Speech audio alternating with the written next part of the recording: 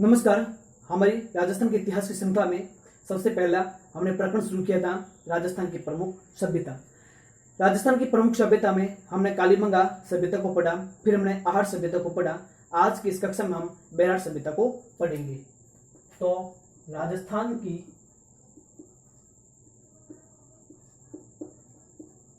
प्रमुख सभ्यताएं, राजस्थान की प्रमुख सभ्यताओं में आज हम तीसरी सभ्यता पढ़ेंगे। उसका नाम है बेराट सभ्यता।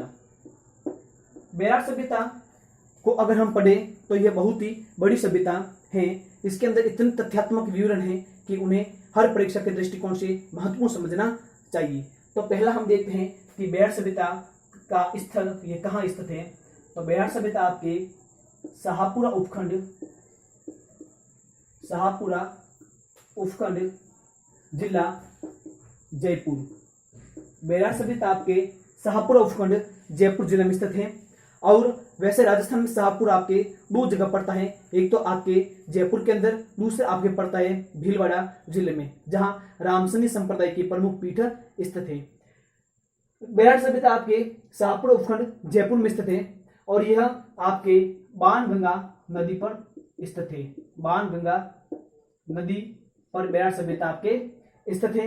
उसके बाद हम देखते हैं तो बेराट सभ्यता को प्राचीन काल में किस नाम से पुकारा जाता था। तो बेराट सभ्यता को प्राचीन काल में विराट नगर नाम से पुकारते थे। बेराट सभ्यता को विराट नगर क्यों कहते हैं? क्योंकि यहां पर विराट नामक राजा ने इस नगर को बसाया था, इसलिए इसको विराट नगर कहते हैं।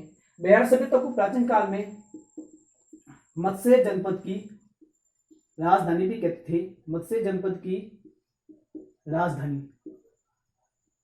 बेराट सभ्यता को प्राचीन काल में मत्स्य जनपद की राजधानी भी कहते थे। तो हमने यहां पढ़ा कि बेराट सभ्यता शाहपुर उपखंड जयपुर में बाणगंगा नदी के तट पर बसा हुआ है। प्राचीन काल में इसको विराट नगर भी कहते थे और इसको मत्स्य जनपद की राजधानी भी कहा जाता था। बेराट सभ्यता के खोजकर्ता देखते हम कि इस सभ्यता की खोज किसने की। तो बेराट सभ्यता की खोज आपके दयाराम साहनी ने 1936 में की। इसके बाद इसका उत्खनन करता देखते हैं हम कि बेराट सभ्यता के उत्खननकर्ता कौन है। तो बेराट सभ्यता के उत्खननकर्ता आपके दो व्यक्ति हैं। एक है आपके नीलरतन बनर्जी और एक है आपके कैलाश दीक्षित। नीलरत्न बनर्जी और दूसरे आपके कैलाश दीक्षित। तो बेराट सभ्यता की खोज की अगर हम बात करें तो बेराट सभ्यता की खोज आपके दयाराम साहनी ने 1936 में की थी। और बेराट सभ्यता की उत्खनन की हम बात करें तो उत्खनन आपके दो व्यक्ति कैलाश दीक्षित और नीलरत्न बनर्जी ने 1962 में की थी। यहां तक का विवरण हमें बहुत ही अच्छे से याद होना चाहिए, एक एक बिंदु याद होना चाहिए, क्योंकि परीक्षा में यहां से सामान्य जानकारी पूछ ली जाती है जो अक्सर गलत नहीं होनी चाहिए। यहां से प्रश्न पूछने की प्रबल संभावना रहती है कि निम्नलिखित में से कौन ऐतिहासिक कार्य है वो, कौन इतिहासकार है वो आपके बेराट सभ्यता संबंधित नहीं है। आपके तीन से नाम दे देंगे, दयाराम साहनी, नीलरत्न बनर्जी, कैलाश दीक्षित, या फिर आपके वीएन मिश्र, या फिर आपके कोई और। तो हमें इन तीनों को याद रखना है, दयाराम साहनी, नीलरत्न बनर्जी, कैलाश दीक्षित, DNK। अब हम देखते हैं कि बेराट सभ्यता की प्रमुख तथ्य या प्रमुख साक्ष्य कि बेराट सभ्यता में क्या क्या साक्ष्य मिले हैं। सबसे पहले अगर हम देखते हैं बेराट सभ्यता से संबंधित तो हमें ध्यान होता है कि बेराट सभ्यता में को पाषाणकालीन सभ्यता भी कहते हैं। यह बहुत ही महत्वपूर्ण है कि पाषाणकालीन शिला चित्र मिले हैं। बेराट सभ्यता में पाषाणकालीन चित्र मिले हैं और पाषाणकाल चित्र मिलने के कारण इसको पाषाण काल की चित्रशाला भी कहते हैं। पाषाण काल की चित्रशाला भी कहते हैं। ये परीक्षा में अक्सर प्रश्न पूछते हैं कि बेराट सभ्यता को पाषाण काल की चित्रशाला भी कहते हैं। एक बिंदु। दूसरा बिंदु ये देखते हैं हम कि बेराट सभ्यता में आपके मौर्यकालीन और यूनानी काल के सिक्के मिले हैं। बेराट सभ्यता में आपके एक तो मौर्यकालीन, दूसरा आपके यूनानी शासकों के यूनानी काल के सिक्के मिले। यूनानी काल के सिक्कों में सर्वाधिक सिक्के वो आपके सर्वाधिक सिक्के आपके मिनेंडर के समय के मिले हैं। मिनेंडर शासक, यूनानी शासक मिनेंडर हुआ, उसके समय के सर्वाधिक सिक्के मिले हैं। सबसे महत्वपूर्ण तथ्य हम देखते हैं तो बेराट सभ्यता में अगर सबसे महत्वपूर्ण देखते हैं तो यहां पर महाभारत काल में पांडवों ने एक वर्ष अज्ञातवास बिताया था।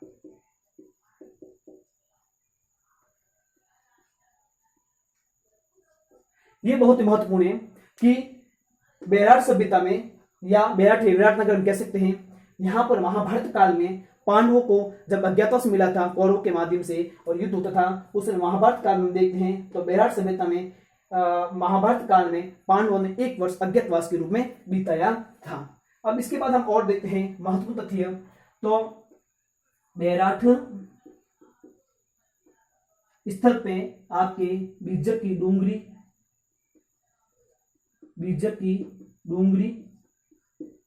भीम डूंगरी, महादेव जी की डूंगरी,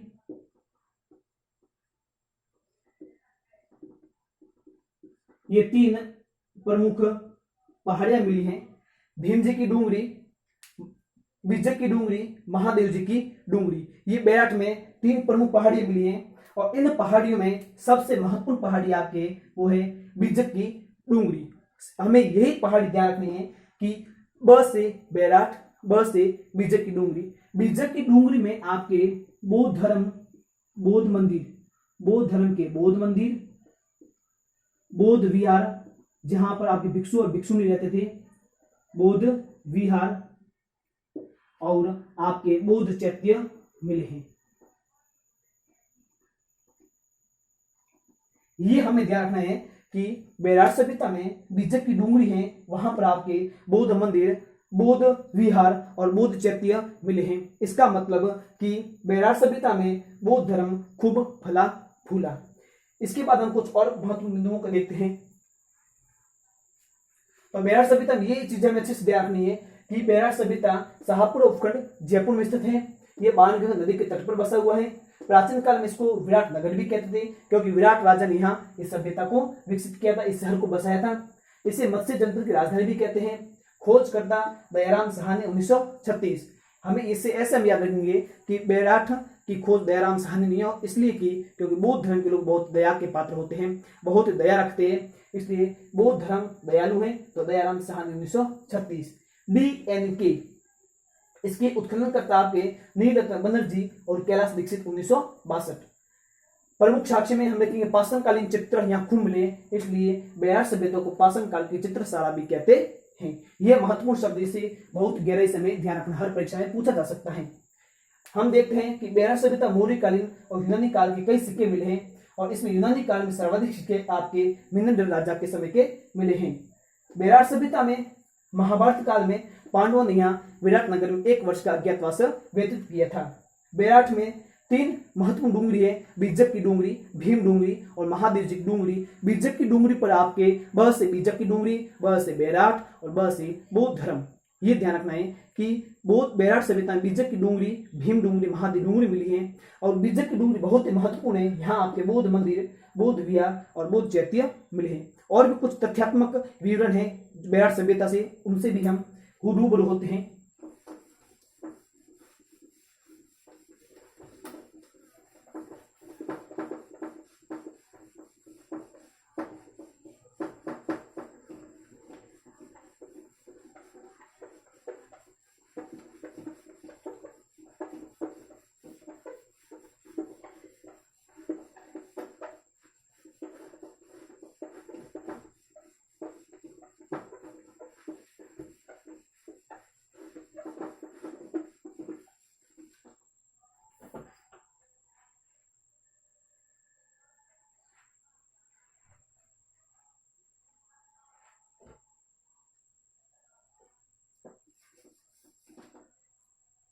इतने पॉइंट हमने पढ़े।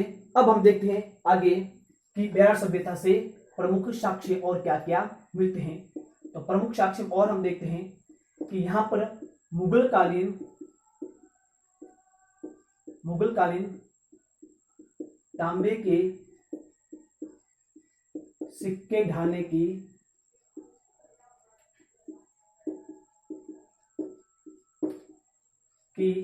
टकसाल मिली है।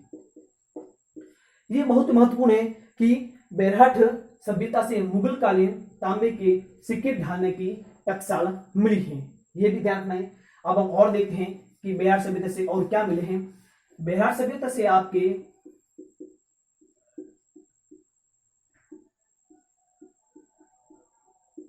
पाषाणकालीन सभ्यता भी कहते हैं बेरहट सभ्यता को।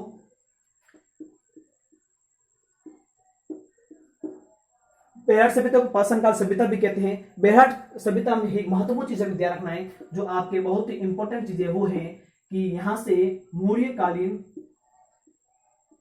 मौर्यकालीन राजा अशोक का शिलालेख मिला है। मौर्यकालीन राजा अशोक का शिलालेख मिला है, जिसकी खोज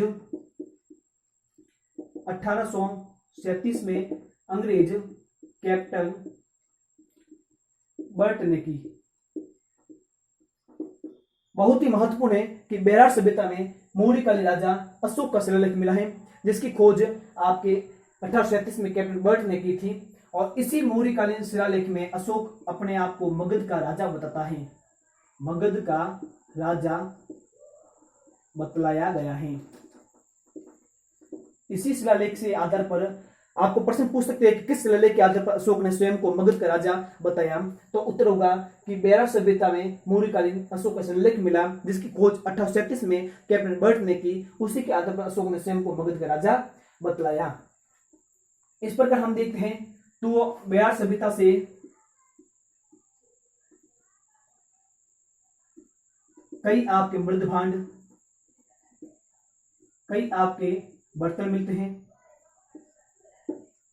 यहां से महत्वपूर्ण चीज यह है कि बेरहट सभ्यता में 634 ईस्वी में चीनी यात्री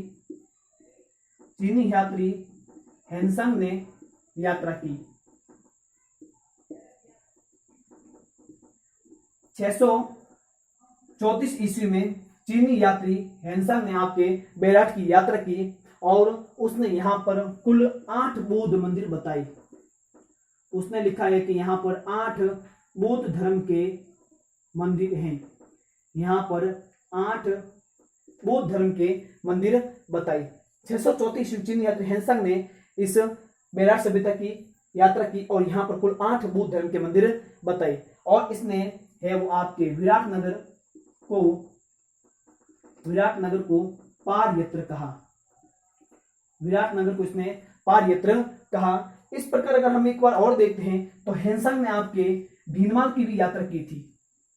हेनसंग ने भीनमाल जो जालोर में स्थित थे, ठीक है ना, इसकी भी इसने यात्रा की थी और इसने भीनमाल को पीली भोलो या पीली पेलो कहा था। हेनसंग राजस्थान में 2 जगह आया था आपके।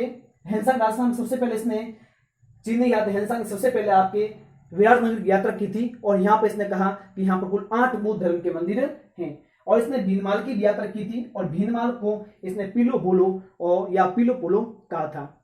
इसके बाद अंतिम पॉइंट पढ़ते हैं तो बेरहट को नष्ट करने वाला शासक कौन था। तो हम कई किताबों में तो तोरमान पढ़ते हैं, तो कई किताबों में मीरकुल भी पढ़ते हैं कि बेरहट सभ्यता को नष्ट या तो तोरमान या मीरकुल में से जो भी ऑप्शन होता है वो सही माना जाता है। परंतु अधिकांश हम तोरमान के बारे में पढ़ते हैं कि तोरमान शासक ने यह वो आपके इस बेरहट सभ्यता को नष्ट किया। तो आज की इस कक्षा में हमने गागर में सागर सभ्यता को देखते हुए हमने बेरहट सभ्यता के बारे में अच्छे से जानकारी प्राप्त की कि बेरहट सभ्यता इतनी महत्वपूर्ण सभ्यता क्यों है। क्योंकि यहाँ पर आपके मुगल कालीन टकसाल, बौद्ध धर्म से संबंधित साक्ष्य, अशोक के मगध संबंधित साक्ष्य हैं, और यहाँ पर आपके बड़े बड़े कुछ पहाड़ियां भी मिली हैं, और यहाँ पर हम देखते हैं तो महाभारत काल के कुछ साक्ष्य भी मिलते हैं। इसलिए बेरार सभ्यता अपने आप में महत्वपूर्ण सभ्यता हो जाती है। तो आज की कक्षा में हमने चर्चा की बेरार सभ्यता से। कल फिर चर्चा करते अगली सभ्यता में। तब तक जय हिंद, जय भारत।